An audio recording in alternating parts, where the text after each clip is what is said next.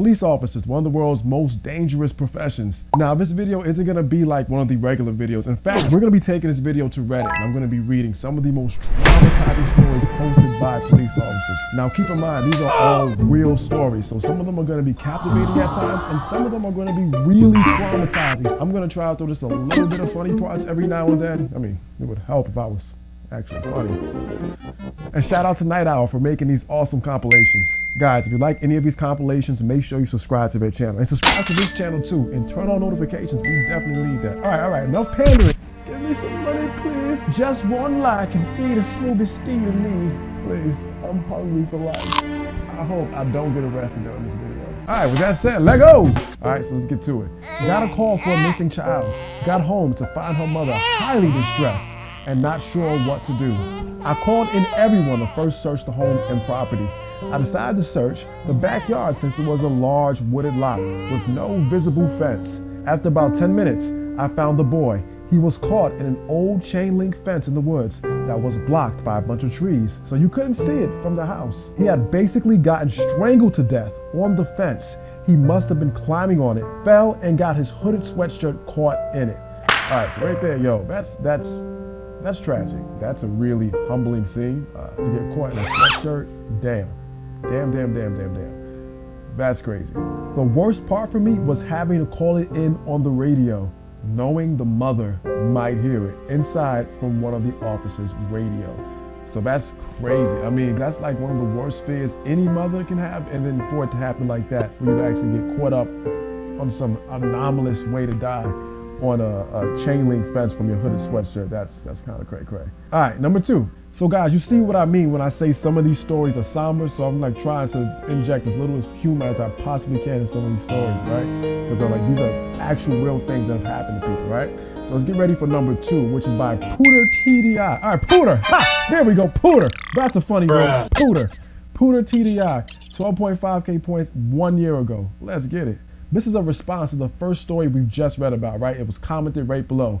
He says, I was in a search and rescue and we had the same sort of issue. There was often family around the search site. We had a policy that you had to say that you had a red shoe, which meant that we were to switch to an alternative channel on the radio, which we were not licensed for, so the news channels could not listen in. And then he finishes his post by saying it may be worth setting up something similar in your area. So these things tend to happen, I guess, all the time. And again, God forbid you have to be one of those parents to get that type of call. I mean, the code word, found a red shoe, come on. Dorothy, red shoe, I think that's where the reference comes from. Or it can just be like the color red is always evil. Either or, the good thing about this is at least we can come up with some crazy innovation around a situation that seems so miserable, right? Okay, let's move on. This one was posted by a Caribbean lounger with 19,400 points, working third shift on Halloween night. Halloween night, this is probably gonna be a good one. I'm out by one of the smaller market lakes just outside the city limits, where kids love to go out and drink, which is surrounded by some very nice houses. Mysterious. Going through the neighborhood, each other road ends at a small two-way lane that surrounds the lake. I'm slowing to the stop sign and already starting to look back to my right to make a turn when my headlights start tracing the rock wall that surrounds the lake. I catch something out of the corner of my eye and one of the large trees that dots the walk path. I back up to see what it was and I see a guy hanging. Oh man. All right, so these things are like really starting to get depressing, right? Like this is like somber AF elemental P XYZ. It's really like, yeah. At first, I thought it was a Halloween decoration. The neighborhood is really into decorating for every holiday. So I stop, get out, and as soon as my flashlight hits him, I realize, nope, it's an actual person and he's hanging from a tree. Sorry.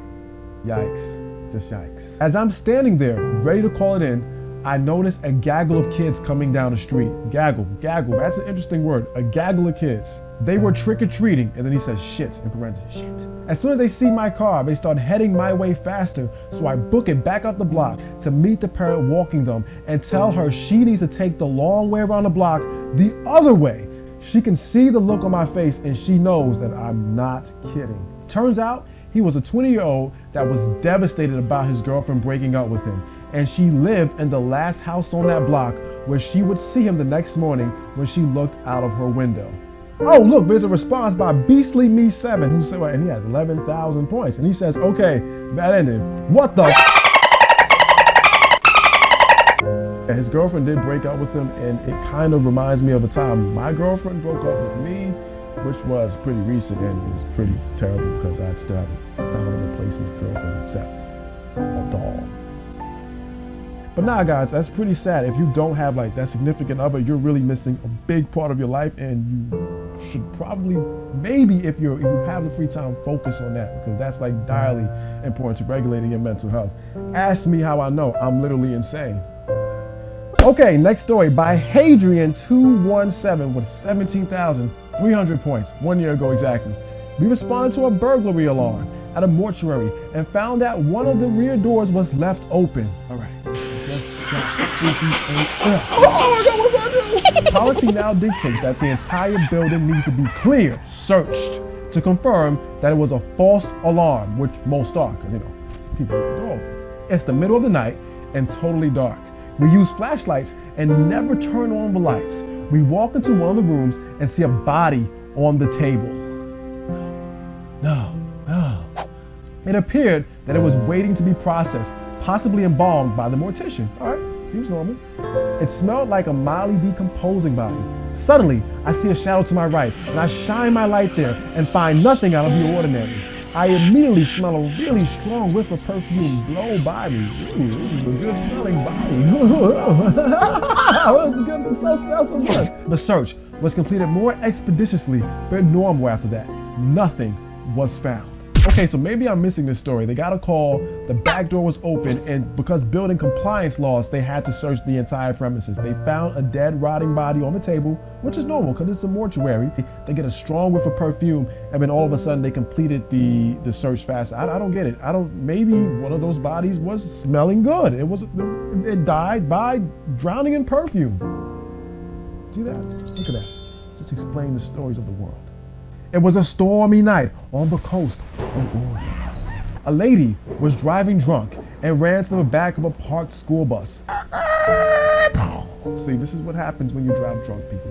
Do not go out in there and drive drunk, because you will mess up something.